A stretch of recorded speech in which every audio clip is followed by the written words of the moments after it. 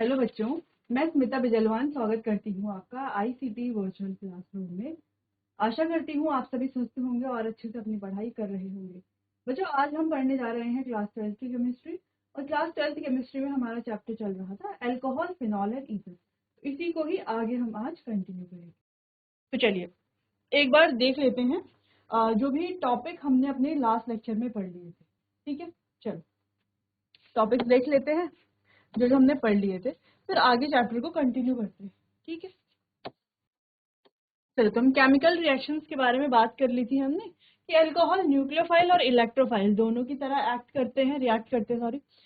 यहाँ पर acidity of alcohol and phenol के बारे में बात की थी हमने। ठीक है, चलो समझ लिया था कि पी के वैल्यू से क्या फर्क पड़ता है ना। अगर ज्यादा पीके वैल्यू है इसका मतलब जो एसिड है वो कैसा है, वीक एसिड है। और अगर लो पीके वैल्यू है तो एसिड कैसा है, स्ट्रॉन्ग एसिड है। ठीक है, तो यहाँ पर हमने देख लिया था। अब एक बार इसको थोड़ा रिवाइज कर लेते। जैसे हमने बात की थी ऑर्थो नाइट्रोफिनॉल, यहाँ पर है क्या है, ऑर्थो नाइट्रोफिनॉल, मेटा नाइट्रोफिनॉल और पैरा नाइट्रोफिनॉल। तो आप देखो ऑर्थो पर, मेटा पर और पैरा पर नाइट्रो ग्रुप लगा हुआ है, जो कि क्या है, एक इलेक्ट्रॉन विड्रॉइंग ग्रुप है। अगर इलेक्ट्रॉन विड्रॉइंग ग्रुप लगा हुआ होगा तो क्या होगा बच्चों, अगर एक इलेक्ट्रॉन विड्रॉइंग ग्रुप होगा तो क्या होगा, तो स्टेबिलिटी इंक्रीज होगी। स्टेबिलिटी बढ़ेगी तो एसिडिटी भी बढ़ेगी। तो देखो यहाँ पर अगर हम ध्यान से देखें क्या हो रहा है, ऑर्थो नाइट्रोफिनॉल यानी कि नाइट्रो ग्रुप ऑर्थो पोजीशन पर लगा हुआ है, यानी कि इलेक्ट्रॉन विड्रॉइंग ग्रुप लगा हुआ है, तो स्टेबिलिटी क्या होगी, इसकी बढ़ेगी और एसिडिटी बढ़ेगी। जिसका मतलब इसकी पीके वैल्यू क्या होगी, पीके वैल्यू होगी कम। तो देखो पीके वैल्यू कम है इन दोनों की, है बाकियों के कंपैरिजन में देखो। अच्छा, बाकी ये ऑर्थो और पैरा डायरेक्टिंग होते हैं, इसीलिए मेटा पोजिशन पर है, तब इसका जो पीके वैल्यू थोड़ा ज्यादा है, आप देख सकते हो। ठीक, फिनॉल की बात करते हैं तो नॉर्मल जो हमारा फिनॉल है जिसका स्ट्रक्चर ऐसा कुछ होता है, इसका है 10 pKa वैल्यू। बाकी ये जो ऑर्थो, मेटा और पैरा क्रिसॉल है, ये क्या है, अब देखो क्रिसॉल का मतलब क्या है कि फिनॉल पर लगा हुआ है CH3 ग्रुप। कौन सा ग्रुप लगा हुआ है, CH3 ग्रुप। अब ये जो CH3 ग्रुप है जिसे हम एल्काइल ग्रुप भी बोलते हैं, ये CH3 ग्रुप क्या है बच्चों, ये क्या है, इलेक्ट्रॉन रिलीजिंग ग्रुप है। ये क्या करेगा, ये है electron releasing group. Electron releasing group क्या करेगा, स्टेबिलिटी को कम करेगा। कैसे, इलेक्ट्रॉन डेंसिटी बढ़ाएगा। ठीक है, इलेक्ट्रॉन की डेंसिटी बढ़ेगी तो हम क्या कह रहे थे, स्ट्रेंथ होगी कम। स्ट्रेंथ कम होगी तो एसिडिटी भी कम होगी। एसिडिटी कम होगी तो पीके वैल्यू ज्यादा होगी। तो आप ध्यान से देखो, ऑर्थो, मेटा और पैरा तीनों में जो पीके वैल्यू ज्यादा है। अगला है हमारे पास इथेनॉल, और अगर हम इथेनॉल की बात करें तो यहाँ पर देखो, तो इसका तो सबसे ज्यादा ही होगा। ठीक है, चलिए क्लियर, समझ में आया इतना। बाकी हमने बात कर ली थी ना, इलेक्ट्रॉन रिलीजिंग ग्रुप क्या है, इलेक्ट्रॉन विड्रॉइंग ग्रुप क्या है, plus I effect, minus I effect, ये आपने अच्छे से पढ़ा है। ठीक है, चलो अब बात कर रहे थे, मैं हमने क्वेश्चन किया था कि इनको अरेंज करना है एसिडिक स्ट्रेंथ के अकॉर्डिंग। तो हमने कर लिया था सारे, हमारे पास इजी इजी देखो, जहां पर इलेक्ट्रॉन विड्रॉइंग ग्रुप लगा हुआ होगा उनकी एसिडिटी ज्यादा होगी, यानी कि एसिडिक स्ट्रेंथ ज्यादा होगी। तो वो ज्यादा एसिडिक होंगे तो वो क्या आएंगे, लास्ट में आएंगे, यानी कि वो इस तरीके से आएंगे। ठीक है, और जहां पर कोई इलेक्ट्रॉन रिलीजिंग ग्रुप लगा हुआ होगा वो क्या होंगे, हमारे कम एसिडिक होंगे, यानी कि उनकी एसिडिक स्ट्रेंथ इतनी ज्यादा नहीं होगी। क्लियर है, चलो अब बात करते हैं एस्ट्रिफिकेशन रिएक्शन की। अब ये जो एस्ट्रिफिकेशन रिएक्शन है इसमें क्या हो रहा है, देखो ये हमारे पास है कार्बोक्सिलिक एसिड प्लस कोई हमारे पास अल्कोहल आ गया है। ठीक है, अब क्या होगा, यहां से OH और यहां से H गया बाहर, और ये क्या बन गया, ये बन गया RC double bond O single bond OR dash. ठीक है, क्लियर है कैसे कैसे बना, समझ में आया, समझ में आया थोड़ा बहुत। चलो ठीक है, चलो हम कुछ और एग्जांपल भी देख सकते हैं, सिंपल ही करना। ठीक है, चलो CH3C डबल बॉन्ड OH, ठीक है, प्लस CH3O H। क्लियर है? अब क्या होगा, रिमूवल कैसे कैसे होगा देखो, इसकी प्रेजेंट में डाइल्यूट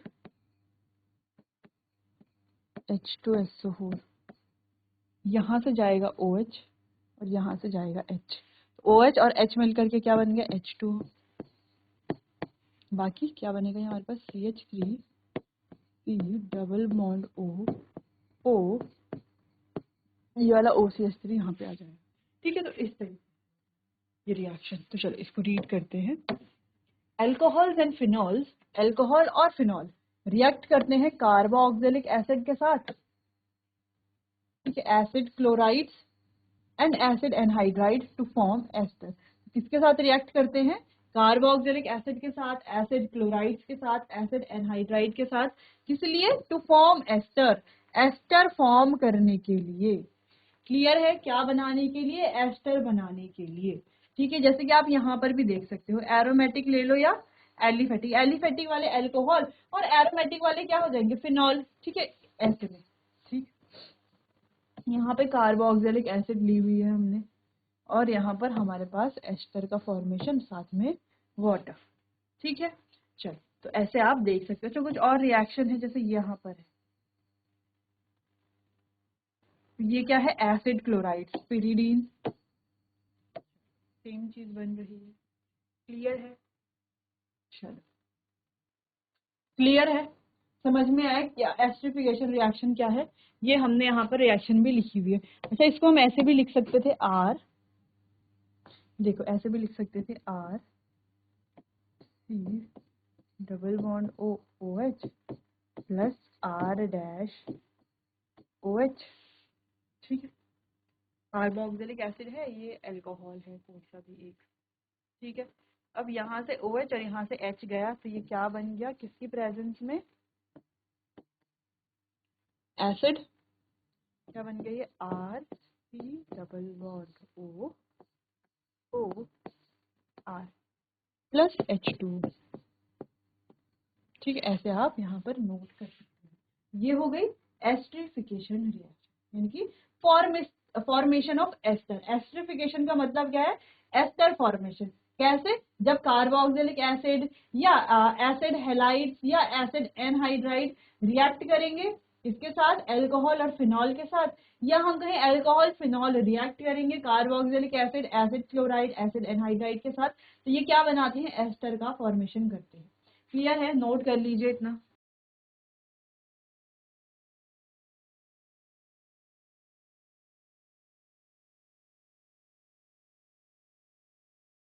चलिए इसके बारे में कुछ और पॉइंट यहाँ पर देखते हैं।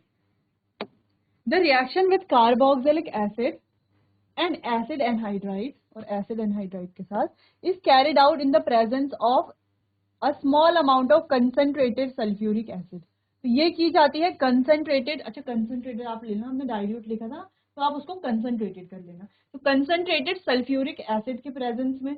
ठीक है, द रिएक्शन इज रिवर्सिबल, तो ये रिएक्शन कैसे है, रिवर्सिबल है। And therefore water is removed as soon as it is form. तो वाटर क्या हो जाता है, रिमूव हो जाता है जैसे ही ये फॉर्म होता है। अभी हमने देखा था ना, वाटर का फॉर्मेशन भी होता है। ठीक है, अच्छा जो हमने यहाँ पर रिएक्शन पढ़ ली है, जो हमने यहाँ पर पढ़ लिया है, रिएक्शन समझ लिया, उसको हम यहाँ पर रीड कर रहे हैं उसके पॉइंट्स को। ठीक है, चलिए, the reaction with acid chloride is carried out in the presence of base. और एसिड क्लोराइड के साथ जो रिएक्शन हो रही है वो किसकी प्रेजेंस में हो रही है, पिरिडीन, बेस के बेस की प्रेजेंस में हो रही है, so as to neutralize HCl which is formed during the reaction. ठीक है, it shift the equilibrium to the right hand side, तो ये इक्विलिब्रियम को राइट हैंड साइड की तरफ शिफ्ट कर देता है। The introduction of acetyl acetyl CH3CO group in alcohol और phenol is known as acetylation, और इस प्रोसेस को कहा जाता है एसिटाइलेशन। किसे, एसिटाइल का इंट्रोडक्शन जब हम करते हैं अल्कोहल और फिनॉल में, उसे कहा जाता है एसिटाइलेशन। ठीक, acetylation of salicylic acid produce aspirin. अच्छा, एक इंपॉर्टेंट पॉइंट कि acetylation of salicylic acid produce aspirin, इसकी रिएक्शन अभी हम देखेंगे आगे ठीक है, तो अभी आगे हम देखने वाले हैं, फिलहाल आप इतना नोट कीजिए कि सैलिसिलिक एसिड का जब एसिटाइलेशन होता है तो क्या बनता है, एस्पिरिन बनता है। क्लियर है, चलो नोट करो इतना।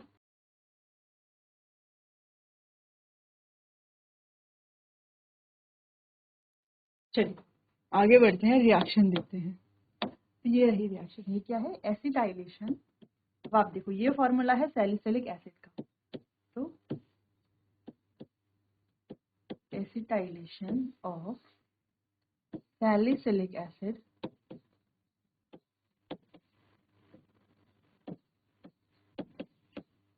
प्रोड्यूसेस, ये रहा एस्पिरिन। ठीक है, जिसको हम एसिटाइल सैलिसिलिक एसिड भी बोलते हैं। क्या है ये, एस्पिरिन। ठीक है, और साथ में CH3COOH। ठीक है, क्लियर है इतना।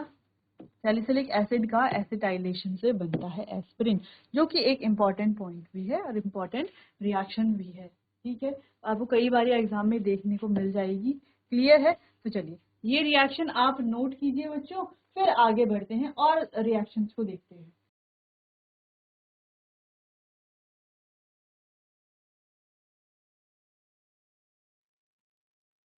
चलिए क्लियर हो गया इतना। अब आगे बढ़ते हैं, बात करते हैं reaction involving cleavage of carbon hydrogen bond, carbon और कार्बन एंड ऑक्सीजन बॉन्ड। चलिए इसके बारे में बात करते हैं। The reaction involving cleavage of CO bond takes place only in alcohol. तो CO बॉन्ड का जो क्लीवेज है, वो रिएक्शन जो होंगी वो कहाँ पर टेक प्लेस करेंगी, कहाँ पर होंगी, अल्कोहल में होंगी। Phenol show this type of reaction only with zinc. Phenol जो है ऐसी रिएक्शन सिर्फ ओनली विद जिंक, केवल जिंक के साथ ऐसी रिएक्शन तो शो करेगा। ठीक है, तो CO बॉन्ड वाली रिएक्शन, क्लीवेज वाली रिएक्शन किसके साथ होगी, अल्कोहल के साथ। और फिनॉल जो है सिर्फ जिंक के साथ ऐसी रिएक्शन शो करेगा। ठीक है, कौन सी, कार्बन ऑक्सीजन को क्लीवेज, उसके बॉन्ड को ब्रेक करने वाली रिएक्शन के बारे में बात हो रही है। ठीक है, चलो तो ये आप नोट भी कर लेना इसको। अब बात करते हैं पहली रिएक्शन की, रिएक्शन विद हाइड्रोजन हैलाइड। अब हाइड्रोजन हैलाइड का मतलब है HX, है ना, यही तो है हाइड्रोजन। H तो क्या है, H तो है हमारा हाइड्रोजन,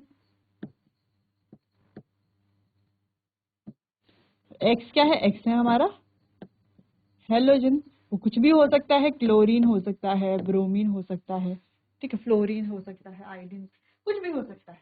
ठीक है, चलो अब बच्चों ये वाली रिएक्शंस हमने पहले भी पढ़ी है।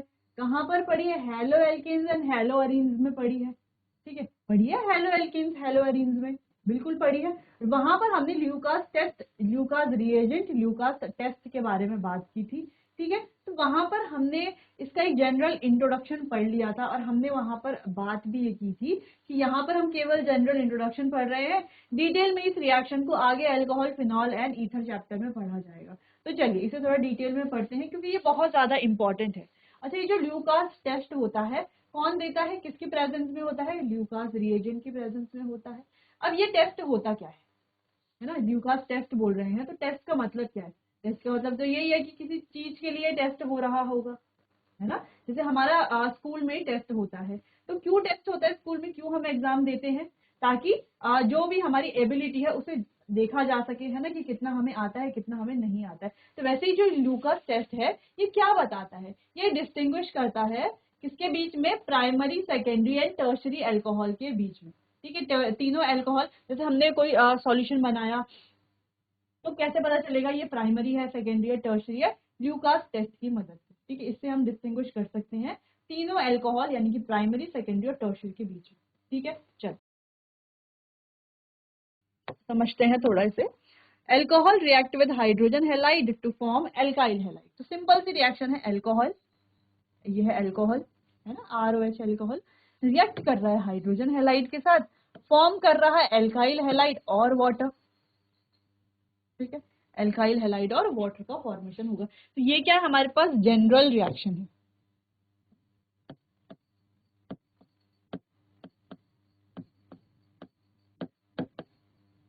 चलो आगे बात करते हैं, ल्यूकास टेस्ट के बारे में बात करते हैं। देखो अल्कोहल कैसे है, सॉल्युबल है, खासकर जो हमारे कैसे हैं, जो हमारे हम कह सकते हैं छोटे अल्कोहल हैं, जैसे मीथेनॉल है, इथेनॉल है, प्रोपेनॉल है, ठीक है, ये सारे सॉल्युबल हैं इन ल्यूकास रिएजेंट। और अल्कोहल जो है वो सॉल्युबल है किसमें, ल्यूकास रिएजेंट में। अब ये जो ल्यूकास रिएजेंट है वो क्या है, तो यहां पर पॉइंट बना करके लिख देंगे ल्यूकास रिएजेंट।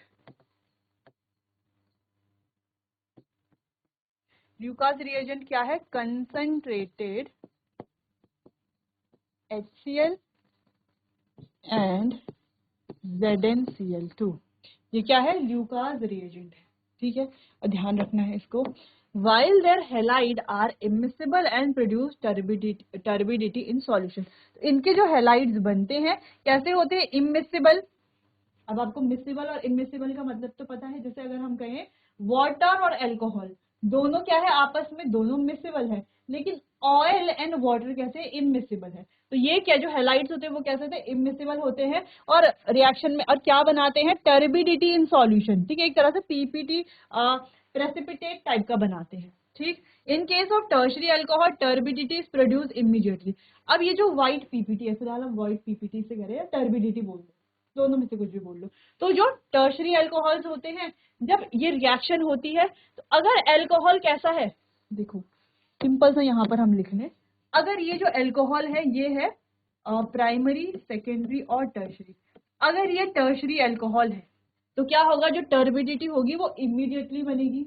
अगर सेकेंडरी अल्कोहल है तो जो टर्बिडिटी बनेगी अराउंड 5 to 10 मिनट्स के बाद बनेगी, और जो 1 डिग्री होगा उसमें टर्बिडिटी बनेगी ही नहीं, या बनेगी तो बहुत ज्यादा देर में बनेगी, रूम टेम्परेचर, और बहुत टाइम लगेगा, 1-2 घंटे लग जाएंगे, ठीक है, क्लियर है। तो इस टर्बिडिटी से भी हम क्या कर सकते हैं, आसानी से पहचान लेंगे, है ना। क्या करेगा, ये व्हाइट पीपीटी बनाएगा, जहां पर इमीडिएटली व्हाइट पीपीटी बना दिया तो आप समझ जाना कि क्या रिएक्टेंट यूज करा है हमने यहाँ पर, टर्शरी अल्कोहल, ठीक है। अगर टर्बिडिटी जो है 5-7 मिनट में बना रहा है, ठीक है, तो आप समझ जाओगे कि सेकेंडरी अल्कोहल है। और बहुत लेट लग रही है टर्बिडिटी बनाने में या नहीं बन रही है, तो क्या समझ में आता है आपको कि कौन से अल्कोहल है, प्राइमरी अल्कोहल है, ठीक है। चलो, तो यहाँ पर वही है, in case of tertiary alcohol, tertiary की बात करें तो turbidity is produce immediately, immediately turbidity बन जाती है, as form as they form the halide easily, जैसे ये हेलाइड भी क्या बना लेते हैं, आसानी से बना लेते हैं।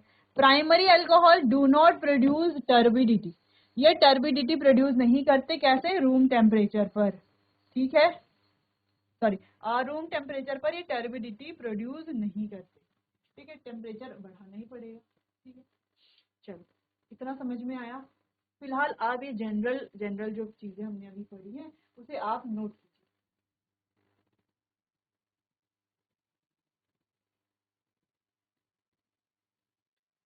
चलो, इतना क्लियर है। अब यहाँ पर एक दो चीजें आपको नोट करनी पड़ेंगी, वो एक दो चीजें ये हैं। पहला तो आपने नोट कर लिया कि ल्यूकास रिएजेंट है क्या, ठीक है, कंसंट्रेटेड HCl एंड ZnCl2। दूसरा, टू डिस्टिंग्विश यूज कहाँ किया जाता है, टू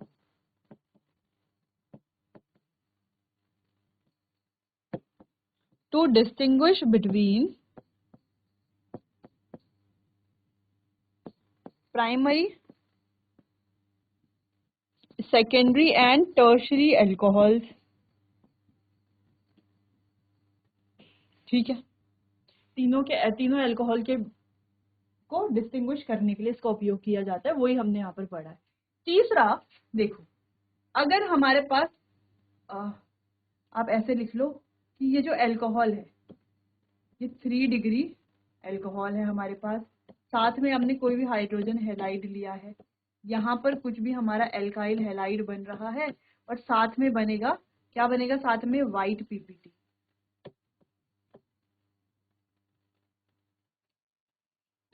ऐसा लिख लो इसको, ऐसा करो,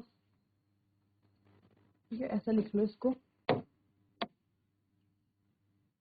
कोई भी हमारे पास RX बना, ठीक है, व्हाइट पीपीटी भी बनी, व्हाइट पीपीटी का मतलब है प्रेसिपिटेट, ठीक, टर्बिडिटी भी जिसे हम बोल रहे हैं, सॉल्यूशन में टर्बिडिटी आ जाना, तो व्हाइट पीपीटी इमीडिएटली बनेंगे, ठीक है, पहला पॉइंट हो गया ये वाला। दूसरा 2 डिग्री अल्कोहल है, HX के साथ रिएक्शन करेगा,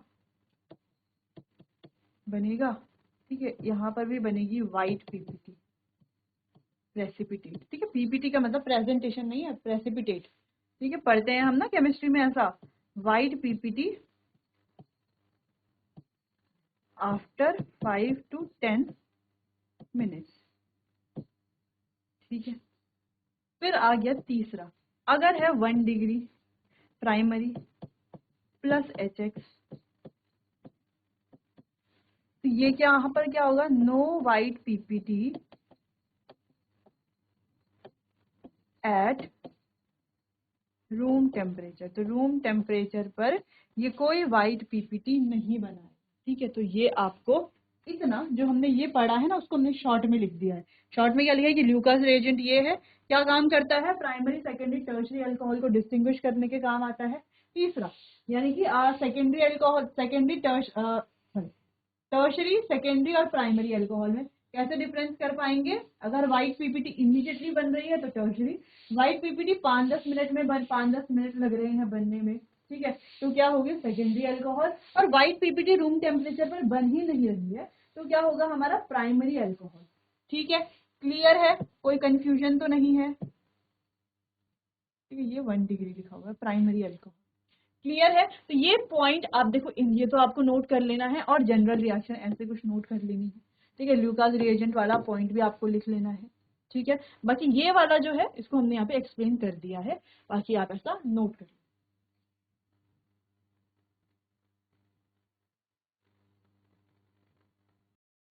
चलिए आगे बढ़ते हैं। तो देखो बच्चों, ल्यूकास टेस्ट जो है यहाँ पर काफी इंपॉर्टेंट है। देखो ये जो टॉपिक है ये 2 चैप्टर में, हेलो एल्केन अरेंज में भी है ना, जहाँ पर हम अल्कोहल से एल्काइल हैलाइड का फॉर्मेशन करते हैं, ठीक है। तो सेम यही रिएक्शन थी, ZnCl2 प्लस कंसेंट्रेटेड HCl, ठीक है। ये हमारे पास ल्यूकास रिएजेंट है, ठीक है। तो ये आपको ध्यान रखना है, ठीक है, क्या काम आता है ये आपको ध्यान रखना है, क्लियर। चलो, और इम्पोर्टेंट इसीलिए भी है कि 2 चैप्टर में भी आया है ना, तो इसलिए इम्पोर्टेंट भी तो है, क्लियर। चलो अगला है डिहाइड्रेशन। डिहाइड्रेशन का मतलब है रिमूवल ऑफ वाटर। डिहाइड्रेशन हम कहते हैं ना, बॉडी में भी कई बार हम कहते हैं कि डिहाइड्रेट हो गई है बॉडी, क्या मतलब है कि पानी की कमी आ गई, यानी कि वाटर क्या हो गया, रिमूव हो गया है। तो सिंपल ऐसे हम इसको जो है इससे से जोड़ लेते हैं कि डिहाइड्रेशन का मतलब क्या है, वाटर मॉलिक्यूल का रिमूवल होना, उसका हट जाना, ठीक है। अल्कोहल अंडरगो डिहाइड्रेशन, यानी कि अल्कोहल में भी क्या होता है, डिहाइड्रेशन होता है, जिसका मतलब है रिमूवल ऑफ वाटर मॉलिक्यूल। तो वाटर मॉलिक्यूल का यहाँ पर रिमूवल होता है, ठीक है, to form alkenes on treating with the protic acid. तो एल्कीन्स फॉर्म होते हैं। अब देखो सिंपल सी बात है, अल्कोहल से बन रहे हैं एल्कीन, ठीक है। अल्कोहल से क्या बन रहा है, एल्कीन बन रहा है, treating with a protic acid, और इसको किसी प्रोटिक एसिड के साथ, जैसे H2SO4 है, H3PO4 है, ठीक है, इनके साथ ट्रीट करके जो है क्या बन रहा है, एल्कीन बन रहा है, ठीक है। तो ये कौन कौन सी है, कंसंट्रेटेड H2SO4 या H3PO4, और catalyst such as anhydrous zinc chloride और एलुमिना। फिर ethanol undergo dehydration by heating it with concentrated H2SO4 at 443 kelvin temperature, ठीक है। तो टेम्परेचर ये होना चाहिए, देखो होता क्या है यहाँ पर,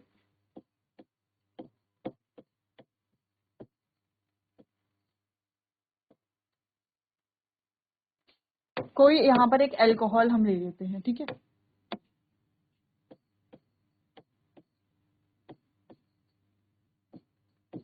ठीक है, तो ये हमारे पास अल्कोहल है, CH2 3 4 1 2 3 4 3 1 4, ठीक है। चलो ये हमारे पास अल्कोहल है, इसे ट्रीट कराएंगे कंसंट्रेटेड H2SO4,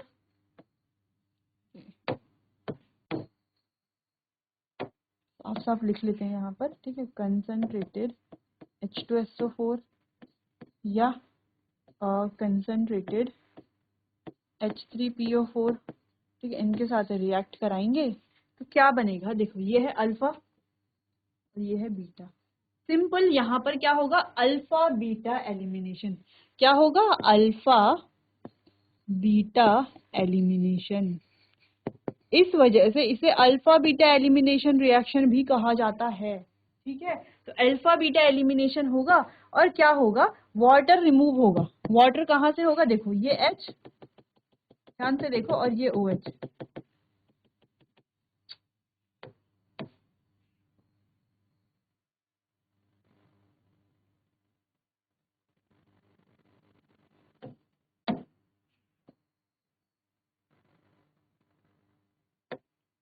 ध्यान से देखो, ठीक है।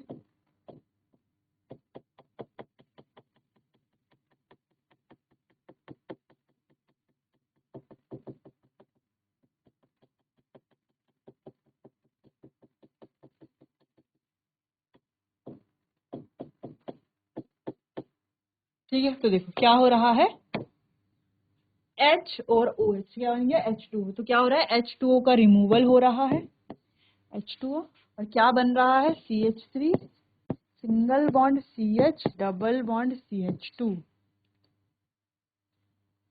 ठीक है, क्या बन रहा है, एल्कीन बन रहा है, और हम इसे क्या कह सकते हैं, अल्फा बीटा एलिमिनेशन भी हम इसको कह सकते हैं। तो ऐसा रिएक्शन है, आप नोट कर लीजिए। समझ में आ गया, अल्कोहल किसकी प्रेजेंस में, कंसंट्रेटेड H2 यानी कि कोई भी प्रोटिक एसिड है उसकी प्रेजेंस में क्या बनाता है, एल्कीन बनाता है। ठीक है, और क्या होता है, वाटर मॉलिक्यूल का रिमूवल होता है। क्लियर है, चलिए नोट कीजिए इतना।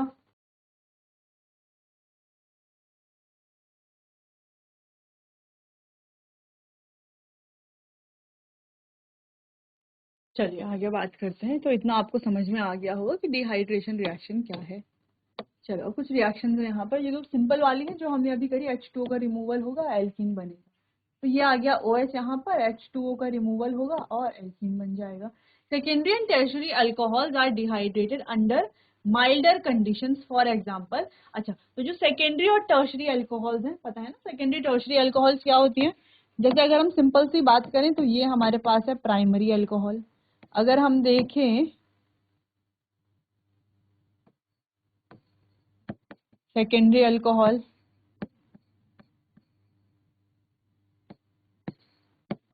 टर्शियरी अल्कोहल,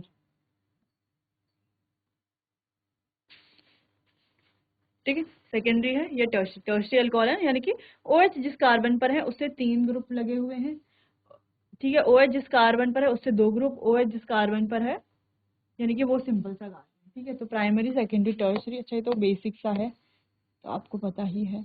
अब देखो हम क्या कह रहे हैं कि जहां पर सेकेंडरी और टर्शियरी अल्कोहल है वहां पर हम क्या यूज कर रहे हैं, माइल्डर कंडीशंस को यूज कर रहे हैं। जैसे आप यहाँ पर देखो, तो ये हमारे पास है सेकेंडरी अल्कोहल। ठीक है, अब इस सेकेंडरी अल्कोहल में आप देखो 85% H3PO4 हम लेंगे और 440 केल्विन टेम्परेचर। तो क्या होगा, CH3CH2 क्या बन जाएगा हमारे पास, एल्कीन बन जाएगा।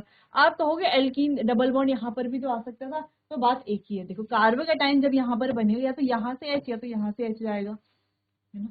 ठीक है, रीअरेंज अगर पॉसिबल है तो रीअरेंज हम करेंगे। ठीक है, तो सेम ही बनेगा। तो अगर आप टर्शरी में भी देखो तो टर्शरी में 20% H3PO4 लेंगे, टेम्परेचर ले लेंगे 358 केल्विन। ठीक है, यहाँ पर देखो ये तो टर्शरी अल्कोहल है ना, इस वाले कार्बन से 3 कार्बन ग्रुप लगे हुए हैं और ये रहा OH। तो ये OH और इन दोनों में से किसी एक का H क्या हो जाएगा, रिमूव यहाँ से हो जाएगा, तो बन जाएगा हमारे पास एल्कीन। ठीक है, और साथ में वाटर। तो dehydration, the relative ease of dehydration of alcohol follows the following order. तो क्या होगा, ease of dehydration is directly proportional to stability of carbocation. ठीक है, तो चलो, तो स्टेबिलिटी ऑफ कार्बोकेटाइन ये रहा, ये ज्यादा ये है कार्बोकेटाइन की स्टेबिलिटी का ऑर्डर। क्लियर है इतना, तो चलिए नोट कीजिए इसे। ठीक है, जैसे हमने बात की, ease of dehydration is directly proportional to stability of carbocation. Clear है, तो चलिए नोट आपने कर लिया होगा। तो चलिए बच्चों, आज के लिए बस इतना ही, बाकी चैप्टर को कंटिन्यू करेंगे हम अपने आने वाले अगले सेशन में। तब तक के लिए आपका बहुत बहुत धन्यवाद।